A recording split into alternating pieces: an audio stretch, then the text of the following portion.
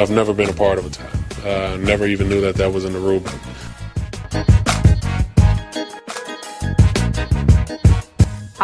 Playoffs? Don't talk about playoffs. You kidding me? Playoffs? I just hope we can win a game. Another game. And here he is. That's why we took the damn field. Now, if you want to crown them, then crown their ass. But they are who we thought they were. And we let them off the hook. Welcome into the Football Reporters 230 here on YouTube.com. I'm your host, John Teddy, and we're kind of in our regular format. It's our big, long show, Week 17. The playoffs are around the corner, and boy, we have a lot to talk about. We have Week 16 to talk about. We have, who's in, who's out. We also have where I was right at the beginning of the season to where I was wrong at the beginning of the season in terms of prediction championships, but that'll be coming later. I want to talk about the big news story that's about this week. This is the biggest news story coming out this week, and that is James Harrison. He got cut on Saturday from the Pittsburgh Steelers, and quite frankly, I don't blame the Steelers for cutting him.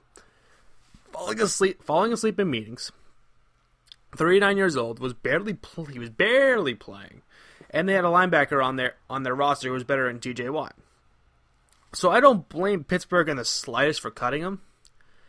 But I also think that the Pittsburgh Steelers fan base that's whining over the fact that James Harrison signed with the enemy. He signs with the vile empire, the evil empire up north here in New England. And, they're burning the jerseys. And I'm like, it doesn't really matter. It's a business decision. It was the Steelers' business decision to cut him. And it was James Harrison's business decision to go to New England. It gave him the best chance to win because it fills a need that New England needed, and that was pass rush, which they don't really have. Because if you take a look at this whole thing, for James Harrison, yes, he's 39, he's only played 40 snaps, and he's also motivated. So I think this is actually a pretty good signing by New England.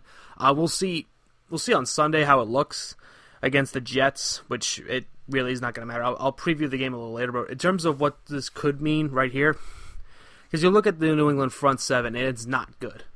It is not good, especially without Dante Hightower out for the season. Kyle Van Noy has been out a couple of games. Not Marquise Flowers, what's his name? Rob Ninkovich, he retired at the beginning of the year. Jabal Sheard and Chris Long lead into free agency. Their third round pick, who was supposed to fill in for that linebacker spot, tore his ACL in training camp. So it's been very decimated with injuries, that front seven, and the fact that Lawrence Guy and Eric Lee are getting usual play minutes, like heavy snap counts, kind of shows the lack of depth there, and I think that's good for Harrison to be here for that. Now he could be Rodney Harrison or he can be Steven Jackson, in terms of like a big signing. So I think it's a good sign for the Pats, and it'll be very interesting going into the postseason. But we can't really talk about the postseason until we talk about this week of games. We still have 1 week left. Some playoff spots have to be filled. But let's take a look at what happened in Week 16 in the Weekly Rewind.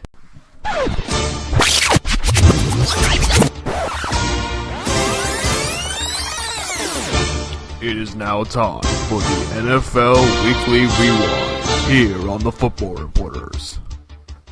Starting on Saturday, the Indianapolis Colts lose again to the Baltimore Ravens. The Ravens have kept their playoff hopes alive, but came down to the wire in a close one here. 23-16, the Ravens win.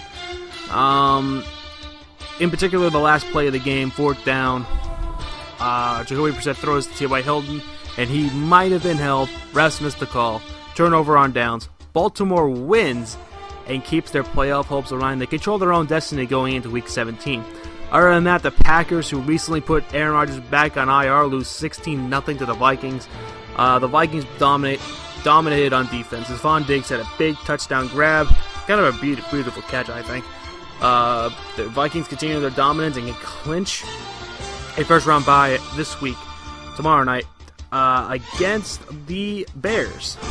As for the Packers, they're going to play out the string. They're out of the playoffs. They're 7-8.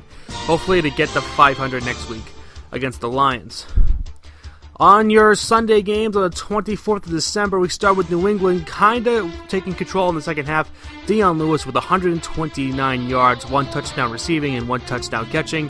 The Bills couldn't get out of their own way. They went 3 trips into the red zone, couldn't get any touchdowns. They were kicking field goals all game. Tom Brady threw an interception in his 5th straight game, and Rob Gronkowski had an unbelievable one-handed catch. But no reprimands for that hit that he had on Tre'Davious White a couple weeks ago in Buffalo. The Bengals knocked the Lions out of the playoffs 26-17 in Cincinnati.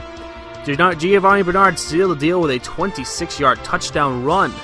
As for the Lions, they have been officially eliminated from the postseason, and maybe Jim Caldwell's job was on the line, and he might not be returning next season. I don't know what's more depressing, the fact that you're in Detroit and Jim Caldwell's your head coach, or the fact that you just got eliminated by Marvin Lewis out of the playoffs. The Chargers keep the playoff hopes alive with a 14-7 win over the Jets. Bilal Powell had 145 yards and a touchdown for the Jets, so the big score.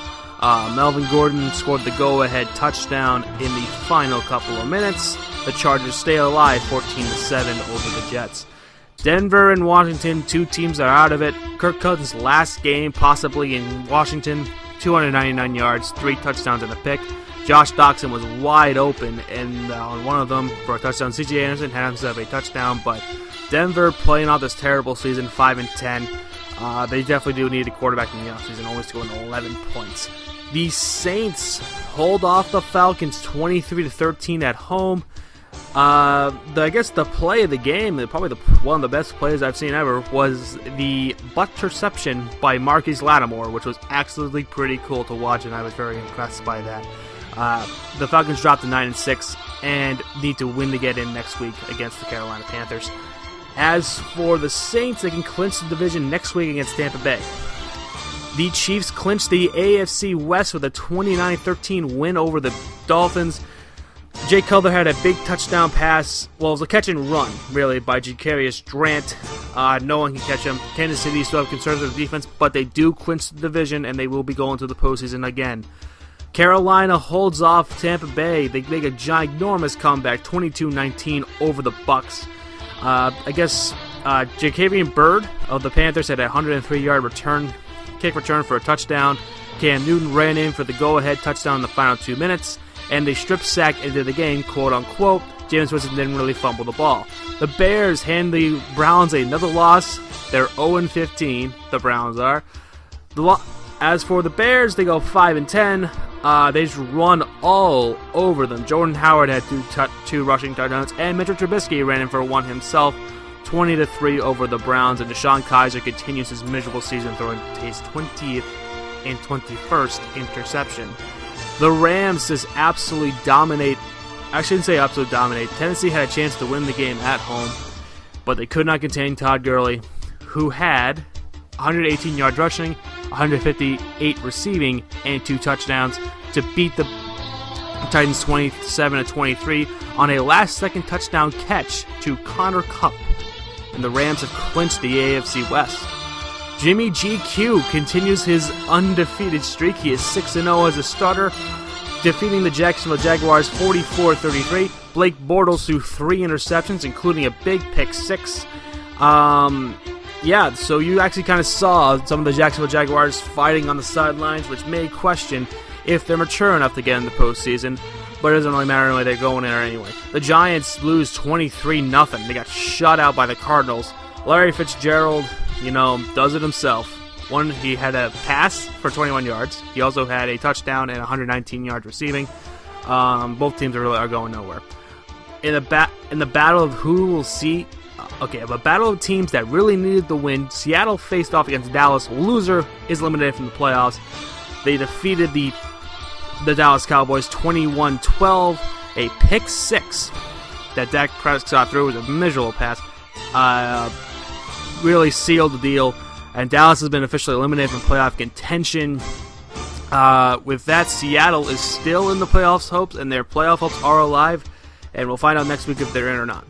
As for the Christmas Day games, the Pittsburgh Steelers bounced back after that loss to New England, just crushing the injury-riddled Houston Texans 34-6. DeAndre Hopkins had a pretty cool touchdown catch. You should go watch it. That's on YouTube. I'll maybe put a link in the description. Just take a look at this catch. It was amazing.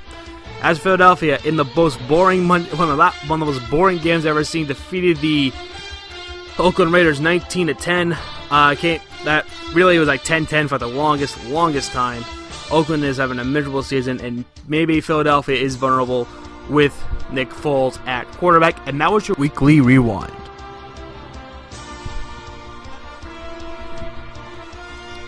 Now I'll look ahead to this week's games. You know, in terms of who's in, who's out, it's time for the playoff predictions / Week 17 preview.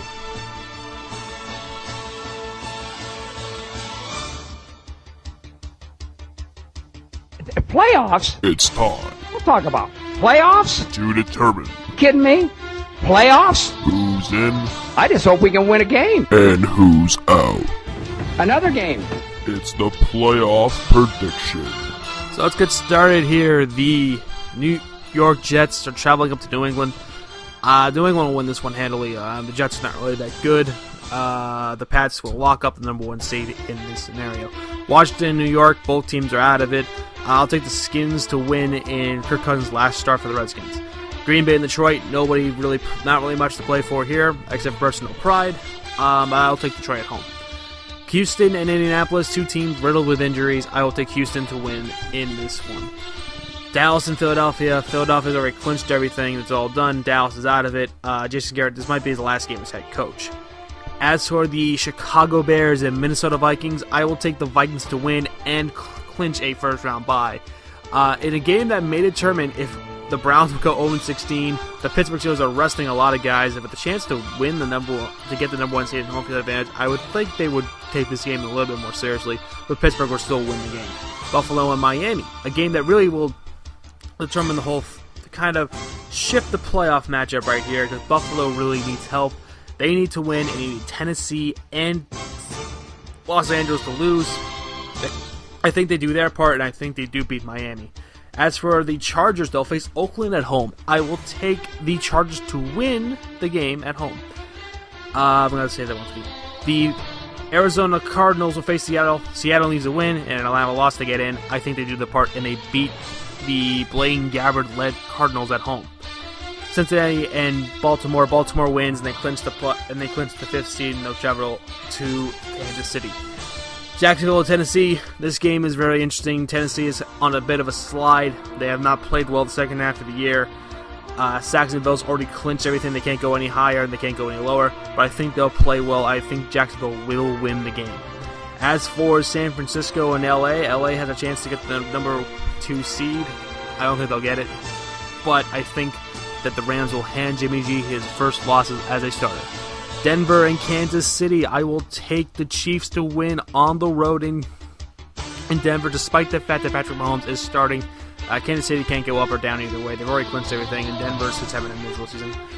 New Orleans, I think, will clinch the division with the win over Tampa Bay, who was one of the most disappointing teams this season.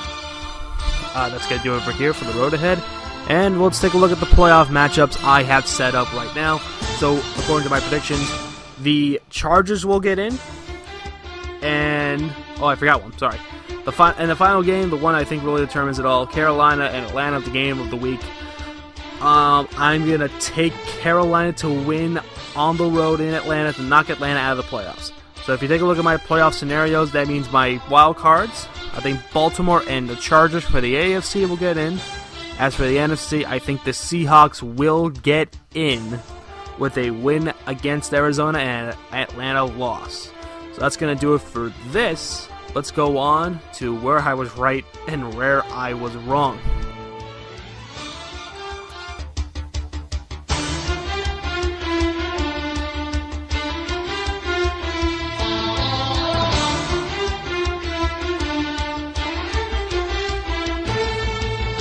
It's fun to reflect when you're right and wrong, alright? So I went back to the first video I made this season, and I decided to talk about what were my biggest successes, which ones the biggest ones I hit on, and what was the ones I absolutely made 100% with. Let's start with what I actually got right, so I can feel a little bit better before we can get to the fun one. So where I was right was I predicted New England would go 14-2/13-3, which they did. I predicted Minnesota to win the division, so I got those two right, and Kansas City to win the division. As for where I was wrong, the three big ones I was wrong with. Let's start with the Tennessee Titans. I said they were going to go 12-4 and win the division. I was sorely mistaken. They have gone 8-7 and have the possibility of not even making the playoffs. So that's one I got wrong. As for other ones I got wrong, the Rams. I got to give credit to the Rams / the Jacksonville Jaguars. I think I had them at a combined total of 10 wins. Each of them has more than 10 wins. Rams have 11. Jacksonville has 10. So there's one that I was wrong. And the biggest one of them all, the one I absolutely 100% whiffed on, was the Giants. I had the Giants going 12-4 and winning the division. And they are currently, let's take a look here, 2-13. I missed on this a lot. I did not see the collapse of the locker room coming. I did not see McAdert being the, utter disaster that he was. I know he was a bad head coach, but I didn't see him being this terrible. I did not expect the offensive line to play like absolute ass. I did not expect no running game. But actually, no, I probably did expect that. I thought that their defense would have gone. I did not expect the defense to quit, and I did not expect the injuries to the wide receivers. So there's where I was right and where I was wrong. So that's going to do it for here on the Football Reporters. Make sure you like this video, you subscribe to the channel so you get more great content like this, and I will see you in the postseason.